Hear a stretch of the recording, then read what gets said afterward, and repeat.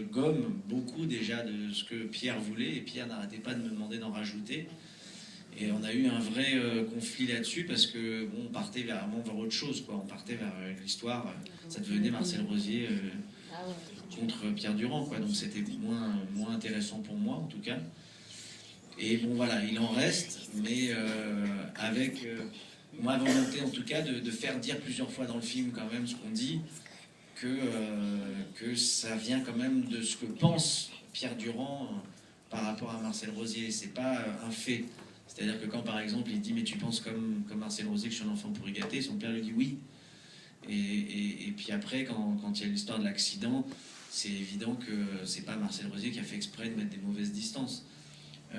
C'est des concours de circonstances, des choses qui font que voilà, il y avait une vraie mauvaise entente entre eux, mais bon, c'est ça. Je pense que c'est une situation qu'on retrouve dans beaucoup de sports, entre un entraîneur et puis un sportif.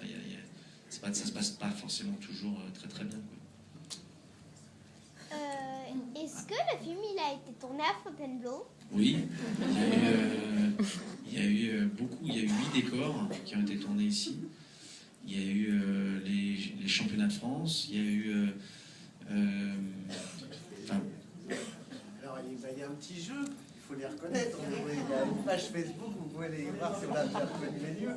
Mais c'est vrai que, par exemple, les 3 manèges, il y a la compétition de Lille, la compétition où ils rencontrent pour la première fois Marcel Rosier dans cette image formidable quand ils sortent tous les deux. Et puis la première compétition en Pologne. Ces 3 manèges, qui sont des manèges sublimes, sont au CSEM. On a été reçus merveilleusement bien. Et puis il y a le Grand Parquet, que vous avez reconnu. Il y a la compétition de Longchamp au début, qui se passe là aussi. La compétition en Allemagne, où le cheval se blesse. Tout ça se passe au Grand Parquet. Voilà, c'est la magie du cinéma et du talent du metteur en scène qui font croire que c'est des endroits différents. Ouais, pardon, excusez-moi, ce qu'il y a madame qui avait demandé. Mais je viens à vous tout juste après, c'est promis. Moi, je veux juste savoir s'il y a eu des difficultés pour retrouver un cheval ou des chevaux pour faire Japlou. Oui, c'était très compliqué parce que d'abord, le cheval, Japlou, était un cheval très rare, hein, dans le sens où c'était un mélange d'un trotteur et d'un pur sang.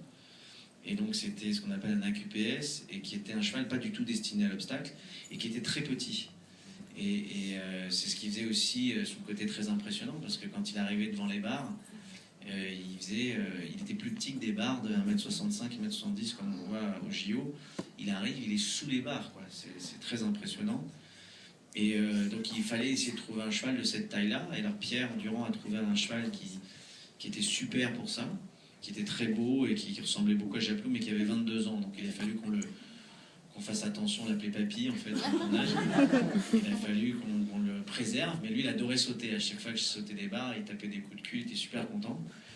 Donc il a très bien sauté, il a fait beaucoup. J'ai fait pratiquement la moitié des championnats de France avec, de ce qu'on voit à l'image. Et après, sinon, il y avait un autre cheval qui était un peu plus grand, qui s'appelait Incello, et qui, lui, sautait vraiment des gros fromages, comme on dit, dans le jargon, et avec lequel j'ai fait les JO,